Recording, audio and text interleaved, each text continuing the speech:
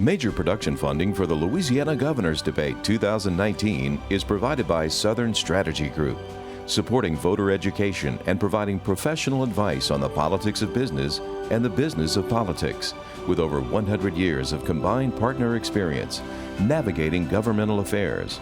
Learn more at ssgla.com and by the Foundation for Excellence in Louisiana Public Broadcasting and viewers like you. Louisiana has a choice. Re-elect Governor John Bel Edwards for 4 more years, or turn the reins of state government over to one of his challengers, U.S. Representative Ralph Abraham or businessman Eddie Rispone. Tonight, find out how the major candidates stand on the issues that are important to you. Live from the campus of the University of Louisiana in Lafayette, the Louisiana Governor's Debate 2019.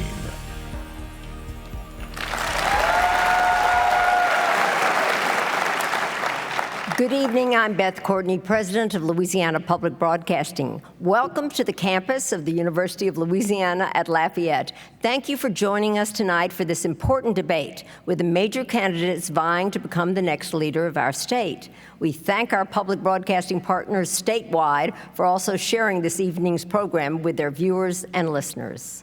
And I'm Barry Irwin, the president of Council for a Better Louisiana, and we appreciate everyone's participation tonight. We will delve into a number of issues of importance to our state with the candidates for Louisiana governor. Participating in our debate are U.S. Representative Ralph Abraham, businessman Eddie Rispone,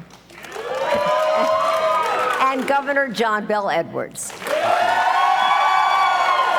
Well, thank you all for being here. And our panel of journalists include Natasha Williams, co-anchor and producer of LPB's Louisiana, the State We're In, Greg Hilburn, state political reporter for the USA Today network newspapers, and Mark Ballard, Capitol News editor and bureau chief of The Advocate. A drawing was used to determine the order of questioning, and the format is designed to learn more about where the candidates stand on key issues. And this is how it'll work. Our panel of journalists will pose a question to the candidates, and each candidate will have 1 minute to respond. The panelists reserve the option to ask a follow-up question to ensure clarity and responsiveness in the answers. Candidates will have 20 seconds to respond to that. We'll also have one round where panelists will direct questions to a specific candidate, and another round where candidates will direct a question to a fellow candidate. And if time permits, there's going to be a lightning round with just a yes or no answer, and that will be directed to all of the candidates. Well, before we go on, many thanks to all of you who submitted questions for the candidates via email and Twitter. If you would like to see what others are saying about the debate or join the conversation, you may go to #LAGovDebate on Twitter. We begin with an icebreaker question. A toss-up question, gentlemen. This is a question to all three of you. We live in an age where media and journalism in general have often become polarized and sometimes derided as fake news. We would ask each of you to tell us on a daily basis, where do you get your news? So let's go with you. Congressman Abraham. I get my news from both print and social media. Okay. Well, what I do, I get up every morning around 4:30, and I have my coffee and do my readings. Then I go up and exercise. And while I do that, I watch Fox News for probably 20, 30 minutes, and then I watch the local news for maybe 10 or 15 minutes. And then I go downstairs and have my breakfast and read the local newspaper, and that's where I get most of my news from. Thank you for the question, and I'm going to answer it. But before I do that, I want to call everybody's attention to a tragedy today at Fort Polk, where we lost a soldier. And you will also notice around the state tomorrow, flags will be at half-staff for Captain Liberto, who was a Mandeville police officer who was killed in the line of duty last week. And I'd ask everybody to keep them in their thoughts and prayers, and their families as well. I get my news primarily from the Morning Advocate and a variety of TV programs around the state, and on occasion, CNN. All right. Thank you very much. Thanks very much. And now we're going to go to our panelists to begin the round of questioning. We start with Greg Hilburn, who is going to pose a question to Mr. Rispone. And a reminder, the candidates have 1 minute to respond. Greg? Would you support calling a constitutional convention? If so, identify 2 areas you would change. For instance, our current Constitution protects public school funding and other priorities. If you don't believe we need a convention, how would you approach issues identified as problems, like a lack of flexibility within the state budget? That's a very good question. Thank you, Greg. I do support a constitutional convention, and I think we need to do that to bring us in the 21st century. We have to make Louisiana competitive with the rest of the country, and that's where we start. And the articles I would definitely look at is revenues and taxation. We have to be competitive. We have to create jobs in Louisiana. And in order to compete, we need to have something done with our taxes and revenues. Another area that we'd have to work on would be our local government. We have to do something there because the local governments, particularly in the rural cities and towns, are really struggling. So there's some things that we have to do as well. So I am for a constitutional convention. We need to do something different than what we have today. Essentially, we have a body of statutes and not really a true constitution, where we really don't allow our elected officials to do their job and set priorities like we should. Only 11% of the budget is available to them to make priorities and make the changes we need. Governor Edwards. Thank you for the question, Greg. I'm not in support of a constitutional convention. You know, a few years ago, there were a lot of people who thought that one would be necessary in order to allow us to solve our problems and achieve the stability that we've lacked for so long. But the fact of the matter is we were able to come together under my leadership, Republicans and Democrats, create the stability that we need, and we've been able to move forward. We are able, and quite often we do, we can change the Constitution through amendments. And I think that that's a better process than a constitutional convention, because quite frankly, I don't think we need to be revisiting things like higher ed governance or the right to hunt and fish in Louisiana and other things of that nature. So the Constitutional Convention is not something that I support. Congressman. Look, I'm not opposed to a constitutional convention, but I'm running to lead the state. And with a supermajority of fiscal conservatives, which I think we will truly have after the November election, we can move fiscal reform very quickly with a conservative governor and a conservative legislature. There is miscommunication that there is a such thing as a limited constitutional convention. There's not. So if you open that boy up, you better be careful, because things like protecting the unborn, second rights amendments can be on the chopping block. Again, I'm not opposed, but it brings to mind a song by one of my favorite artists, Elvis, "Fools Rush In." We must be careful when we look at that opening a constitutional convention. What would most concern you, even if you're in favor of a constitution?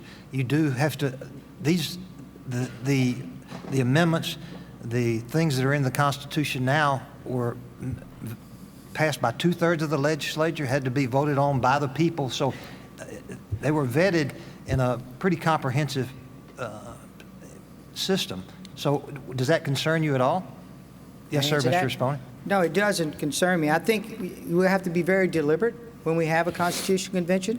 We can't take it lightly. We can't put it in the special interest and let them go crazy with it. But keep in mind now, the citizens of Louisiana are going to have the right to vote it in or not. So, and we're not going to let it go crazy. We're not going to do things that are not acceptable to our citizens. We just need to have a real constitution so we can be in the 21st century and do what's right. Any of the other candidates care to respond to that one? Well, Governor? look, I think Greg's point is well taken. The fact of the matter is the biggest dedication, for example, in the Constitution is K through 12 funding in the minimum foundation program. Who's going to vote to cut the investment that we're making in K through 12 and in our children and their education? And so we have to be really, really careful about opening it up, and because there's just not a compelling reason to do it. Congressman? Oh, absolutely. What I do know is that with a legislature and a governor, you can rewrite one article, and we do need to talk about Article 7, taxes and revenue. It does need to be revamped. But again, we can do that with the right leader and a right legislature without putting on the chopping block those things that are actually important. Mark Ballard, you have our next question. Can I comment on that one second? No. Mark? Okay. But I think we can all agree that Louisiana's roads are atrocious, and we have a $14 billion backlog and needed maintenance and road improvements and little money. So the question is simple. Where are you going to find the money to fix our crumbling highways? Governor? Thank you for the question, Mark. You're right. We've got a backlog. It's $14 billion that's been accumulated over the decades. We do not have the resources that we need to tackle it. But we have been aggressive and creative in the way that we are funding infrastructure in the state of Louisiana. I've delivered over $2 billion in projects for roads and bridges and ports.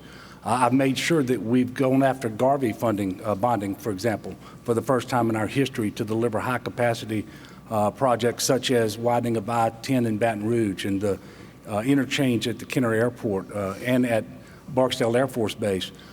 We made sure that we're using the surplus as non-federal match to intercept dollars that go back to Washington from other states that can't obligate the funds. And this year, I signed into law a $700 million investment in transportation infrastructure that will take place next week. First thing I did was made sure that we stopped funding unrelated things out of the Transportation Trust Fund. We doubled our investment in the Port Priority Program. That's going to be $300 million more over the course of my first term for transportation infrastructure. Congressman? Well, Mark, you're exactly right. Roads are crumbling. We flood every time it rains. Traffic comes to a standstill in major cities. I mean, you just can't move. We have to reform the Department of Transportation from the top down. The pensions and the administrative cost of the Transportation Trust Fund, what is our gas tax money, it needs to go before the legislature so there can be some oversight. Right now, the DOTD treats it like a piggy bank, and it's not being used effectively. It is not prioritized. We have got to move in a different direction if we're going to fix this problem. It is a $14 billion debacle. We've got to have leadership from the top. We've got to figure out how much money we actually have. As of today, we don't have a clue. Mr. Risponi? Yes, we all know our infrastructure is in bad shape, and we need to do something different. We have to do something different. And one of the things is that we're taking the tax dollars that we told the citizens, that gas tax dollars, and we're spending it on salaries and benefits. We need to stop that. We need to take that $130+ billion and put it in roads and bridges and match it with the federal funds, and now we're talking about another $300 or $400 million. The other thing is our capital outlay. We need to make it a point to take a certain amount of our capital outlay, again, maybe $130 million or whatever, again, parlay with federal dollars and come up with another $300 or $400 million. So now we're looking at about $800 million a year. Then we need to look at our Department of Transportation and make sure that we're spending the money wisely there and go forward with that. What we also need to do is make sure we take the politics out of all this. We got to make sure that the projects that we have a feasibility study and it's a cost benefit for it. Take the politics out of it and move our state forward. That's what we have to do to build the confidence in the citizens that we're spending their money where we say we're going to spend it, roads and bridges. We're talking about whether the inefficiencies in DOTD, and their budget's, what, $586 million. If you shut it down, if you sent all 4,500 of those employees off to perdition, you're still $13.5 billion short. Where are we going to get the money? Gas tax? Tolls? Where? Edwards, Governor? Well, first of all, we do have a highway priority program, and the legislature has complete input into it. We are more resource constrained than we ought to be. And the task force reported in 2017, the bill couldn't get a vote on the floor in 2017 or in 2019. I'm going to work with the legislature and the leadership to make sure that we do have a more reliable and sustainable funding source so that we can tackle the backlog. Anyone else? Oh, go ahead. Yeah. Go ahead, Congressman. Congressman. Look, Mark, we don't know what we don't know. We don't know how much money is moving around there because we have no accountability. The legislature does not have authority at this point to work on or look over our gas tax. We don't know. So yes, let's bring them in and let's see what we got. Mr. Risponi? Yes, we have to do some things different. I mean, what other states are doing is what we need to be looking at as well. They're using some of their sales tax on automobiles and automobile repair. They have a ceiling that once they reach that, they move it into their highways and bridges. So we have to look at some things and be creative. But again, we have to know where we're spending the dollars, make sure we got the confidence of our citizens, and spend the money wisely. That's what you do as a business person. The next question is from Natasha, and it goes to Congressman Abraham. Congressman Abraham, we've had a number of questions submitted by the public about early childhood education. Early education, particularly for young children, is expensive, but data shows it can pay huge dividends in student performance down the road. If elected, what would you propose in education budgeting to respect to early child care and education for young children over the next 4 years? Look, as that family doctor, I've had to chase that little 2-year-old around my exam room, put him on my lap, listen to his heart, looking in his ear. And at that age, they've got light in their eyes. I see that same child, 5 or 6, that light's gone out because they did not have that early childhood education. We've got to improve access. We've got 3,000 families waiting to get to that program. But this administration hasn't put any new money to it until this year. It's an election year. We have got to have access. We've got to have those opportunities. And with those great high-quality opportunities has to come accountability. You're right. These are our future. These are our hearts. And we need to find the funding, which we will, and we need to nurture, challenge, and educate them so that they become good, productive students. Mr. Sponey? Yes, I think it's not something we're always looking forward to, but we made some changes in our child care centers to help prepare those young children for when they do become in kindergarten, so they're more prepared. That was a good step in the right direction. Now I think we need to continue to fund early childhood development. That's very important because we all recognizing that they're not getting it home, so we need to do a better job of ourselves. We don't have a choice. We have to give these children a chance. We have to get them prepared for kindergarten. So when they go in there, they'll be more prepared and have a future in education. West Feliciana did that. They did that several years back, and they were very, very successful with it. And so we have examples of how it works. We just need to step up and do it and make sure it happens all over. We have a good pattern. We know it works. Let's do it. Let's fund it and get started. Governor Edwards. Thank you very much for the question, Natasha. As I've said many times over the last year, early childhood education will be my #1 priority for additional education funding in a second term. And we actually made a down payment on that this year. There's $20 million more being invested in early childhood education this year than last year. And you cannot invest what you do not have until we fixed our budget deficit and got the growth that we needed out of our economy and stabilized the budget. Quite simply, you couldn't do that. But we actually had a task force, a commission that came together, multidisciplinary, to study this, and they came back with a report that says the total new investment needs to be about $86 million a year. We are going to move in that direction over the course of this second term, because 80% of a child's brain development happens in the first 5 years. I don't care if someone lives to be 100, that's going to be the case. And so you can't wait until they show up at kindergarten to start teaching them. And so making sure between ages 0 and 3 especially, they have quality early childhood education is the key to eliminating achievement gaps and producing better educational outcomes. So you're talking about dedicating at least $86 million over the course of your term? At least that over the course of the term, additional funding. And look, if we can go beyond that, we certainly will as well. Anyone else care to respond to the amount of money they would dedicate to early childhood education?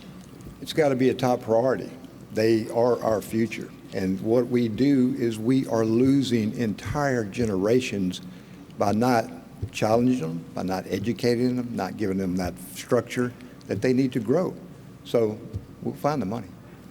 I have to speak to that again. I mean, we keep talking about money, money, money. We raised taxes $5 billion in the last 4 years. Every time we talk about it, a politician says, just give me more money, raise taxes. We can fix this without constantly raising taxes. We just need to prioritize it. We need someone that's an outsider, a conservative, a business person that knows how to run something. We got a $30 billion budget.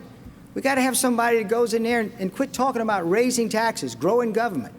Let's fix what we have. Let's get the confidence of our citizens that we can spend their money wisely and prioritize it. And this is a priority, and we need to address it accordingly. So now we're going to shift our questions a bit, with our reporters asking questions directly to a specific candidate. The candidate will have 1 minute to answer, and panelists will have the opportunity for a follow-up, and the candidate will have another 20-second response. Greg Hilburn will start the questioning for Mr. Risponi. Mr. Risponi, you've made immigration of undocumented workers and related issues like sanctuary cities a key platform. President Trump's administration has said Louisiana doesn't have any sanctuary cities.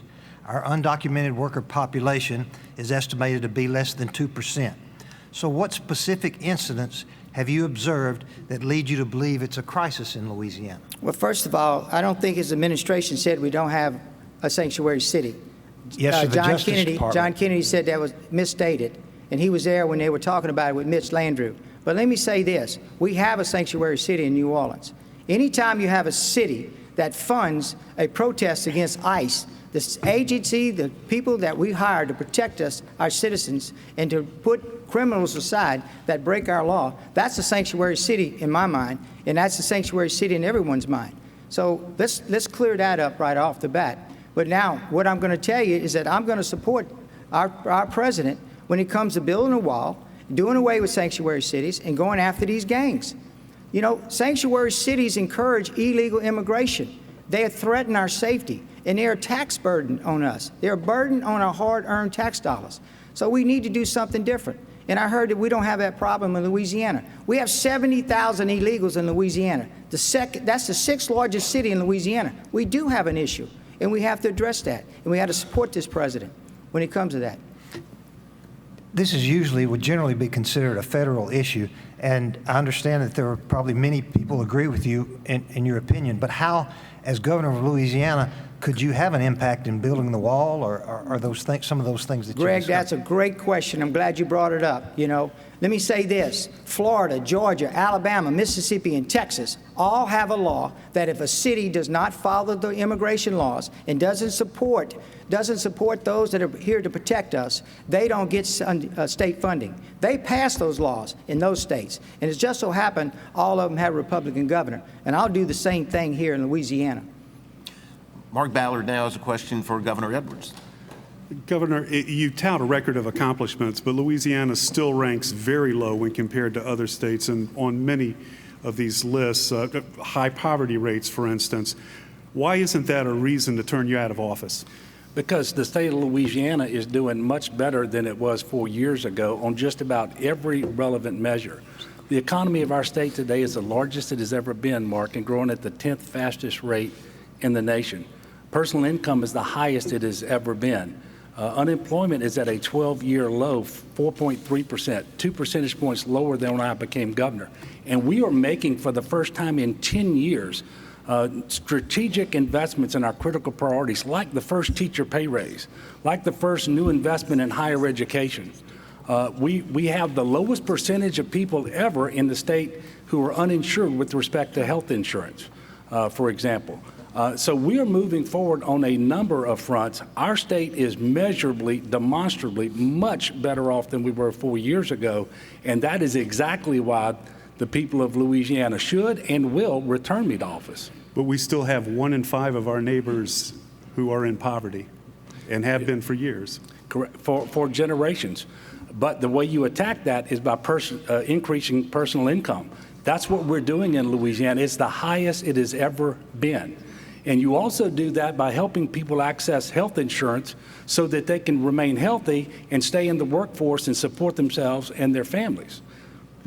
Natasha now has the next question for Congressman Abraham. Congressman Abraham, between 2014 and 2018, Louisiana experienced a 49% increase in drug-involved deaths, and the number of opioid-involved deaths in Louisiana was 184 times higher in 2018 than in 2012. As a physician, what level of responsibility do you feel healthcare professionals who prescribe opioids and pharmacies that fill those prescriptions play in opioid addiction in our state? The opioid crisis and the addiction rate and the death rate is horrific. Physicians play a vital role as far as monitoring those patients, making those patients accountable for the drugs that they take. and certainly making them come back to clinic, make sure that the opioids are working if they are so prescribed.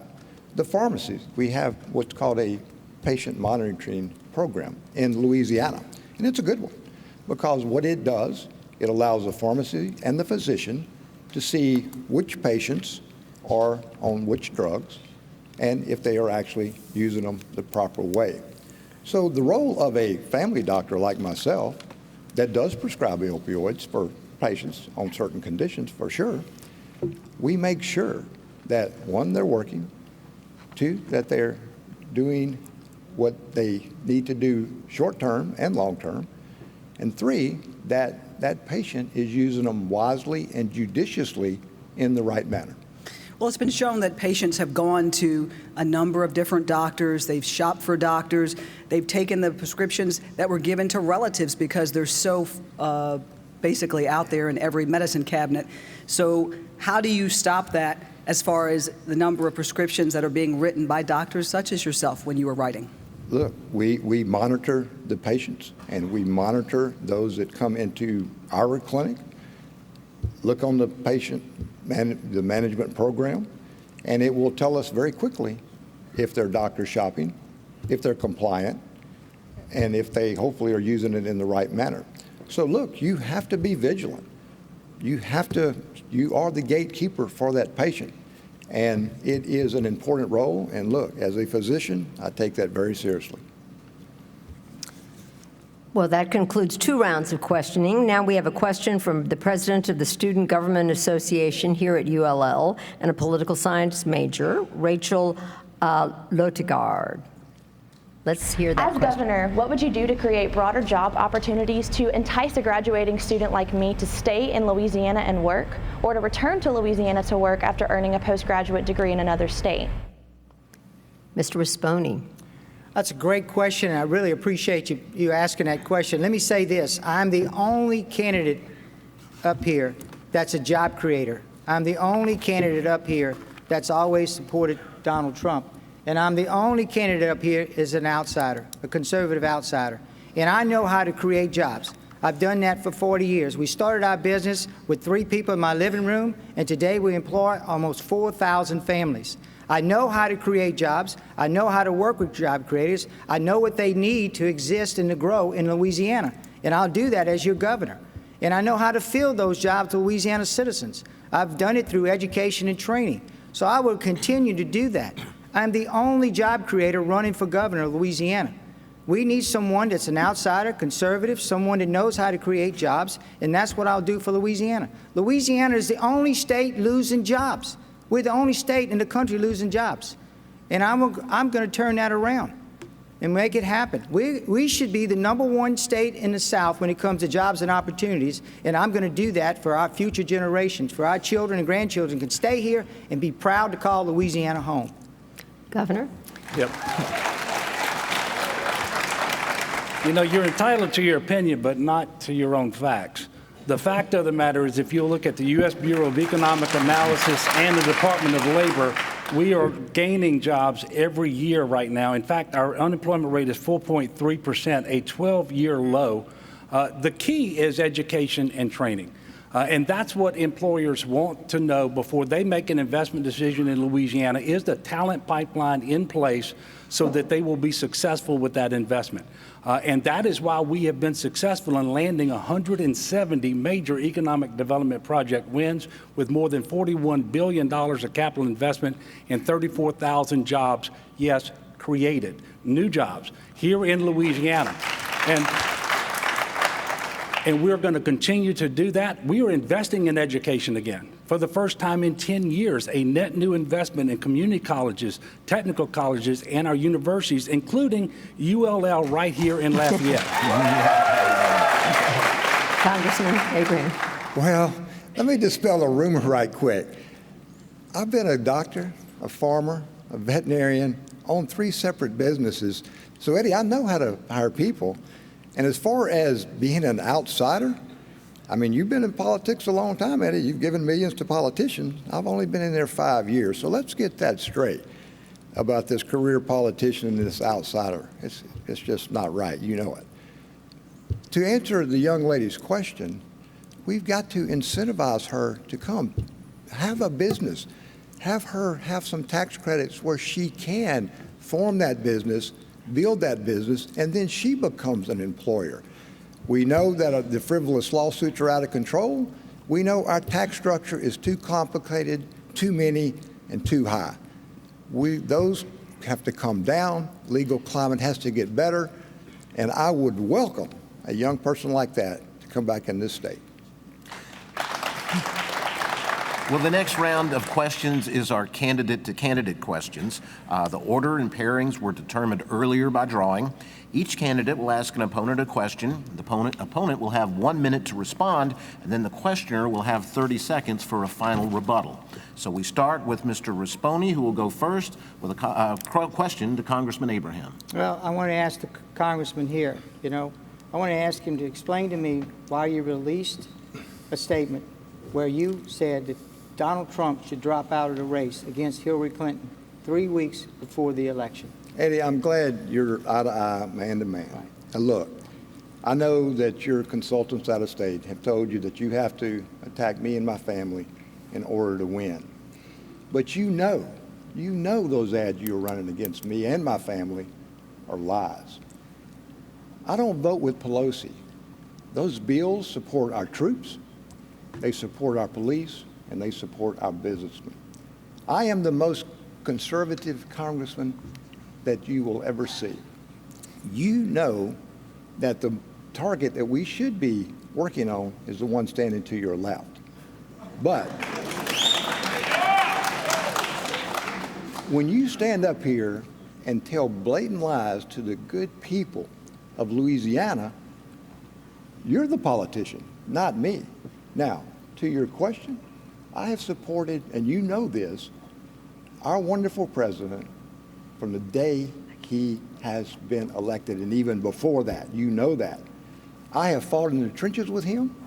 I've actually stood side by side when we passed some of these hard bills. I didn't put just a bumper sticker on my car, Eddie, after I'm We're out of time on that one. Mr. Risponi, if you care to respond. Well, he didn't answer the question. He didn't explain it to me. All right. Well, if you it's go your back rebuttal. to October the 8th, 2016 in the Advocate, he had a written statement where he said that Donald Trump should step aside. And then I'm saying that I'm the only candidate that has always supported Donald Trump. We have one here that was a superdelegate to Hillary Clinton, and we got one here that's asking Donald Trump and saying he should drop out of the race against Hillary Clinton. Can you imagine where we'd be today if Hillary Clinton was our president? That's the point I'm trying to make. Can I respond to that? No, you can't. No, I think we have to move on. More lies. So our next question is from Representative Abraham and is for Governor Edwards. Governor, on the last debate, we heard that you had hired a senior staffer with a history of sexual harassment against women. This week, we've learned that not only did your Department of Health send a sexually explicit questionnaire to very young children, but your two appointed Bessie Board members voted to allow a teacher into a Louisiana classroom who had just lost his teaching certificate in Georgia for sending sexually inappropriate text messages to a minor. The question to you, Governor, why haven't you called for their resignations, and how can parents trust you to ensure that their children are safe in Louisiana classrooms? Because the people of Louisiana know me, Senator. I'm sorry, Congressman. That's why. They know that I have a long history of public service dating back to when I was 17 years old and went to West Point. And they know that I will get up and work hard every single day to move our state forward and to make sure that everyone is safe. And if you go out and you talk to people of Louisiana, they will confirm what I just told you. That is their appreciation of me, and it is accurate because of the work that I have put in over the course of my life, not just as a legislator, but also as governor and as a soldier before that. I mean, I'm just asking, why didn't you call for those two Bessie Board members' resignations when they were going to allow a known possible predator to be in the class? I will find out what they knew and what they did and when they knew it, in relationship to whatever decision that they made with respect to their vote. And when I do that, I will then make a determination as to whether their resignation is appropriate or not. Well, please look into it. Well, I do my job, Congressman. You're the one who doesn't do yours. Please look into it. I do my job. You don't have to admonish me. I go to work every single day. Every single day. Thank you. Thanks to both of you. I think the next and final candidate question is from Governor Edwards to Congressman Abraham. Or Mr. Risponi, I'm sorry. I'd be glad to let him have it. Yeah, I know. Bring it on. Mr. Risponi, you spent years praising Bobby Jindal, and you backed that praise up with thousands of dollars in political contributions all the way up through and including 2015. And even when he ran for president, after it was obvious that he had destroyed our economy, run the state into the ditch. So given your support of Bobby Jindal and his failed policies, how can the people of Louisiana trust you not to take them back to the days of record deficits, dishonest budgeting, and the largest disinvestments in education in the United States of America? Thank you for that question. Let me say this, folks. Bobby Jindal's not running for governor. I'm running for governor, and we're going to keep going back to that.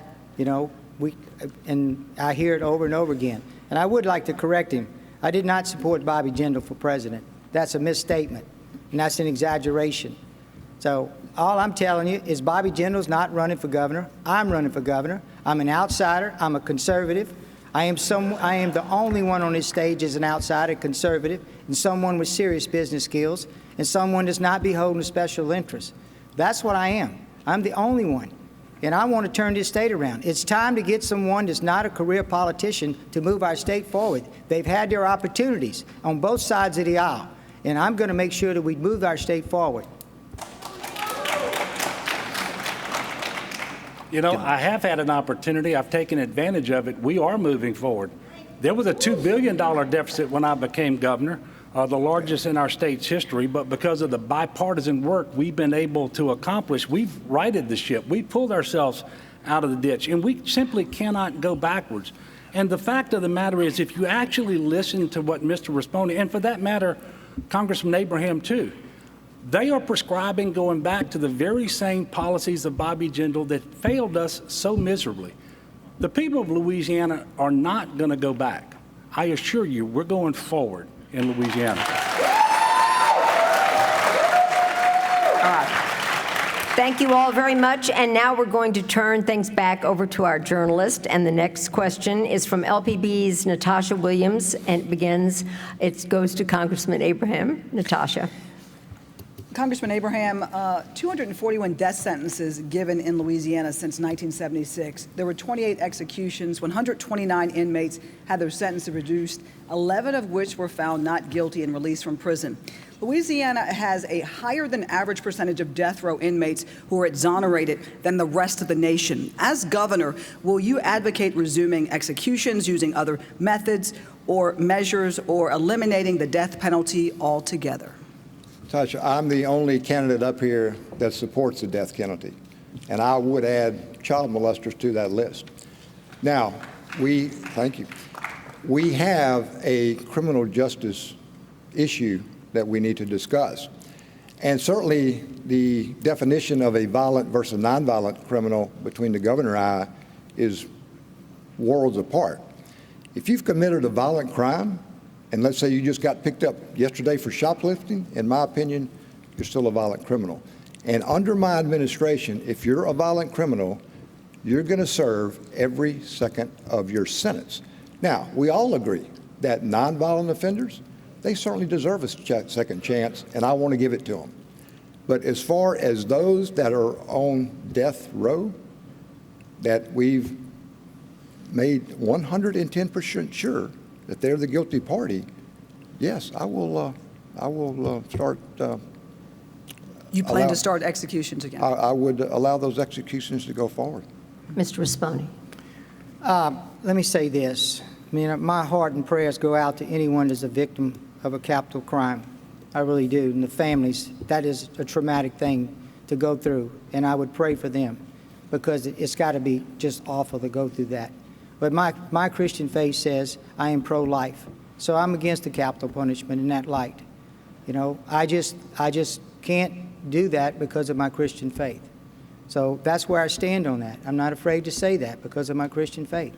But my heart goes out to anyone that's a victim of a capital crime, you know, and we have to do something different. We have to create a society where we don't have this going on. We have to work on mental illness. We have to work on drug abuse.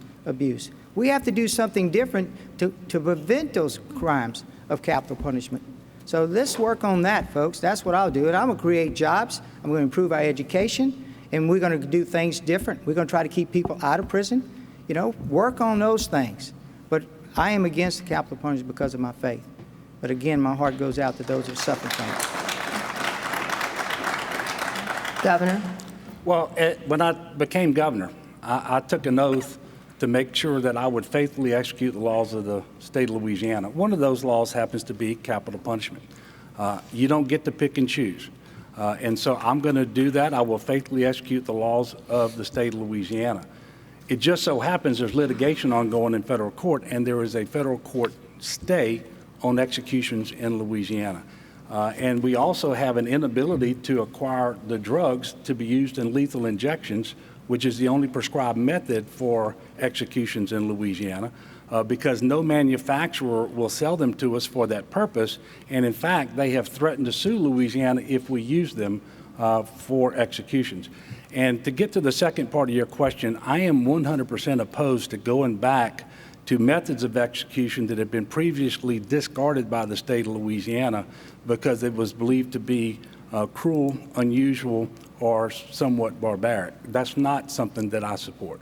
Because you say that you support the laws of Louisiana, will you help move the process forward to get the necessary legal methods that are being... Well, first of all, the state of Louisiana, through the governor's office, is defending the statute in the federal court now. Mm-hmm. We are doing that actively as we sit here or stand here tonight. It's been a long process, though. Is there It is. And there's only been one execution. I might have my years slightly wrong, I think in 16 or 17 years because of the problems that I just went through with you. But it remains a law on the books. I took an oath to the laws of the state of Louisiana, and we're going to do what we can do. Our next question is from Greg Hilburn, and it goes to Mr. Risponi. All of you have said... Keep getting the short straw, Greg. I know. All of you have said you intend to grow some government programs like early childhood education. But what you haven't said is which programs you would cut to offset the increased spending, and two of you have said you will also cut taxes. How can you increase spending without making cuts and while actually reducing revenue?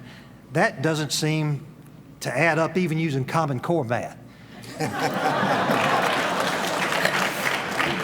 Mr. Risponi. Appreciate you throwing that in there. Well, let me say this, you know, again, we have to do something different, and it's going to take someone, a CEO. We have a $30 billion operation, and we keep electing politicians to be our governor. It's time to get a business person, an outsider, someone that has some serious business skills. It's a $30 billion operation, folks. We need a CEO. So that's the first step. The second thing is we passed a law in 2018. We have what they call Louisiana checkbook. It's supposed to show where every dollar is spent in our state agencies. And that we could have got that done for $350,000 in 3 months. But what do? Our administration decides to spend $26 million and take 5 years to do that. So this day, we don't know where we're spending all our money. So if you're a business person or in your own personal household, you have to know where you're spending money. That's where we're going to find it. We're going to be able to manage it, have a budget, decide where we're going to do it, and prioritize where we spend our dollars. It's a simple process, but you're going to need a CEO. Governor Edwards. Well, that was the Bobby Jindal answer. We're going to do more with less. That's what he always said. If you can always do more with less, one day you can do everything for nothing. And the world doesn't work that way. Let me tell you about taxes. When I became governor, we had the 5th lowest combined state and local tax burden in the country, according to the Tax Foundation. Today, we have the 5th lowest combined state and local tax burden in the country. We're going to continue to work, to make sure that we're doing everything that we can to be accountable with the dollars that we have. And yes, we're going to continue to bring our federal tax dollars home because that's where the growth in the budget has been since I've been governor, principally for the Medicaid expansion. And I will not apologize for bringing our federal tax dollars back to Louisiana to take care of Louisiana working people and make sure that they have health insurance so that they can work, have productive lives, have healthy lives, and in many cases, get an opportunity to live. Thank you. Congressman Abraham. Well, we've got blame Bobby. We've got Eddie here saying that you've got to be sitting in a boardroom to know how to run a business. Well, Eddie, running a farm, running a doctor's office, running an aviation business, I've done pretty good at business too. But the problem is in Louisiana is we don't have a revenue problem, Greg. We do have a spending problem. And the way to get that back is to bring jobs in. You create the jobs. As you know, we are the only state in the union that lost jobs in the last 12 months. You get the jobs back. That is just a false statement. That's the Bureau of Labor Statistics, No, Governor. sir. Yes, it No, is. sir. Let me finish. Put my time back on that clock. Yeah. Okay. We create the jobs. You have more people actually pulling the cart than riding in the cart. What a novel idea. That's the way you solve this problem. Well, all due respect, none of you all very much sounded like politicians then, because all of you still said that you can grow some government programs, which is laudable programs, and none of you have said that where you would cut, and some have said you would reduce revenue. It just doesn't seem to make sense. Can I Yes, comment sir. on that? I appreciate that. It's a matter of prioritizing. That's what we're talking about. You know, we still don't have transparency. We still don't have the Louisiana checkbook where we know we're spending money. Our state auditor had to sue the Department of Health because they refused to give them information to see where they spent. They wasted $85 million. And the auditor wanted to see why did that happen. Well, we comparing people's salaries and what their wages were so they could get on the Medicaid. So you ask, that's $85 million right there. And a lot of that's federal money, but we still spend our money. Transparency. The fact of the matter is the auditor sued to get information the legislature had told the Department of Health it would be illegal to provide. That's what he's talking about. But I have 4 years as a record, Greg, as to what I would spend money on, how we're going to prioritize that. And we are out of the ditch. We had an unstable situation for 9 years with deficits. We now have surpluses. Thank you, Governor. Congressman Abraham, I one just want last to say word Senator here. Kennedy and I have introduced a bill to try to get some transparency from the governor as far as the Medicaid expansion problem, because there is waste, fraud, and abuse. And look, I treat those good patients, and I want them to get the care that they deserve and they need. But we've got to get the people that are not supposed to be on the rolls off and get those people that need the rolls. But the governor said, his office said, well, we'll get to you a couple of days after the election. How novel. Well, Mark, we're changing topics. You have another question for our candidates, and it goes to Governor Edwards. Well, there are a number of studies from the federal government, from the U.S. Chamber of Commerce, that say the trade war with China is going to have a $7 billion negative impact on Louisiana's economy. It's the fourth highest dollar amount in the country, and that's because exports make up about a quarter of this state's economy. Do you believe that the tariffs imposed by the U.S. government are hurting Louisiana? And what do you plan to do to prepare for that loss in helping Louisiana businesses and in the state general fund? Well, I do believe that, and I will tell you what I told the president, both in a letter that I wrote him and in a visit that I made with him in New Jersey. And this was substantiated by both a Bloomberg report and a CNBC report that said of all 50 states, the one that would be the biggest loser from a protracted trade war and global instability with respect to markets would be the state of Louisiana. And so I just encouraged him to do everything he could to be successful in these negotiations, but actually get to a point where we are back without the trade wars and the instability that have been caused by what's going on principally with China, but elsewhere as well, because we export 60% of the nation's grain from our ports in Louisiana. And when there are not markets for that grain, there are not exports to be made. We also import a lot of steel and aluminum. And the biggest problem we're having now is trying to get the offtake agreements for LNG out of China because they've stopped signing those contracts. So I just want him to be successful, but as quickly as possible. Thank you, Governor. Congressman Abraham. Oh, absolutely. We've been hurt by the tariffs, but let me tell you, our farmers are patriots. They are taking it on the chin, but they stand with this president, as I do, because we know China's manipulated currency. We know they have unfair trade practices, and we know they steal our intellectual property. How do we fix that? We could get the Democrats with Speaker Pelosi to actually bring the USMCA, the new NAFTA, up for a vote. That would be a tremendous win for Louisiana. But because she will not do it, because she doesn't want to give President Trump a win, she won't do it. And guess who on this stage didn't sign a letter pushing for that to be done? I'll leave it up to you to decide. Well, Mr. Risponi, have you? Well, I have to say this, and y'all might keep this. I have to agree with both of them on this. I think the governor, I think we do need to encourage our president to keep moving forward and solve our problems, because we can't let them to continue to take advantage of us. But again, it's a negotiation. Our president is a businessman. He's been in tough negotiation before. You just don't walk in there with your hat in hand, say, please, would you mind doing it right? It doesn't work that way.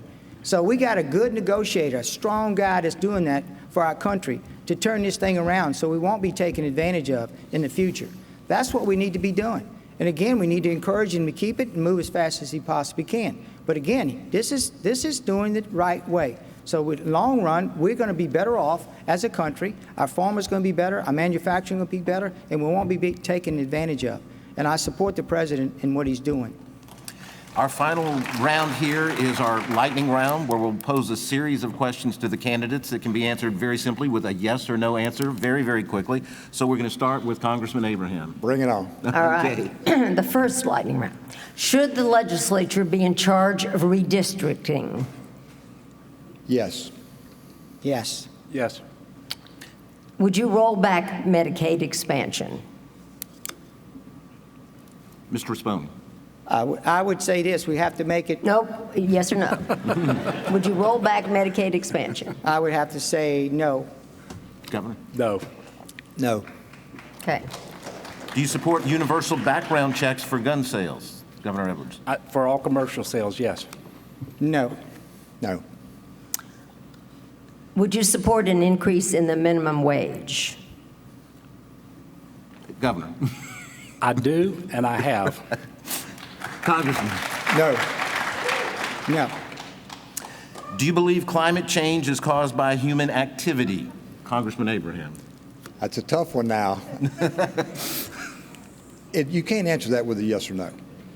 No to the most part. No. No. Mr. Risponi. Governor. Yes, human behavior certainly contributes to climate change. Okay. All right.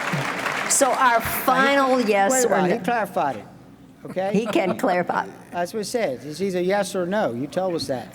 And I did, yes or Okay. no. All right, now here's one you all can answer.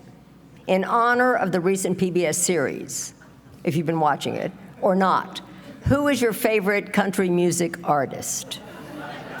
Mr. Risponi, it's your turn. It's your turn. You know, I like Colin Ray. I'm sorry. That's who I like. Who? Colin Ray. Okay. Governor. George Jones and He Stopped Loving Her Today is my favorite song. There you go. All right. Congressman Abraham. Garth Brooks. Okay, all right. Well, thank you all so very much. Yes. All right. Yeah, we now move to our closing statements, and because we're a little bit short on time, we're only going to have 30 seconds to go with these, but we're going to start with Mr. Risponi. Well, all I have to say is that I'm the only conservative in this race. I'm the only one that supported Donald Trump all the time, never backed off from him. And I'm the only one that's has serious business skills to turn our state around. We have to do something different, folks. We've been last too long, and it needs some drastic changes. We need to hire a CEO over our $30 billion operation and someone that was not beholden to special interests, someone who would move our state forward. And I'm asking you for your support, and I'm asking you for your vote, and of course, most of all, I'm asking you for your prayers. Thank you for listening. Thank you. Governor Edwards. Governor. Thank you. When I took office, the state of Louisiana had the largest budget deficit in our history. It exceeded $2 billion. But we did the hard bipartisan work that was necessary to right the ship, to strengthen our economy, to grow jobs, and now we've turned that deficit into a surplus, and we are finally making strategic investments in things like health care, higher education. Now is not the time to turn back. Our best days are ahead of us, but only if we will continue to put Louisiana ahead of party. So I'm asking for your prayers and I'm asking for your vote so we can continue to move Louisiana forward. And Congressman Abraham. Well, both of my opponents have spent millions of dollars attacking me. Why? Because we're winning. But look, I'm not trying to buy the election. I'm not a career politician, and I'm certainly not a liberal Democrat. But let me tell you who I am.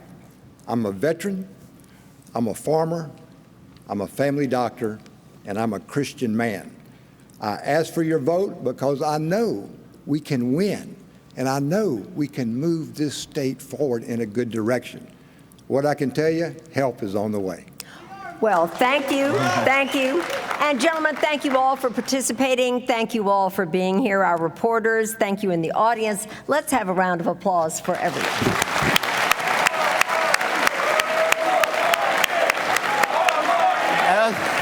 Thank you. And thank you very much. Thank you.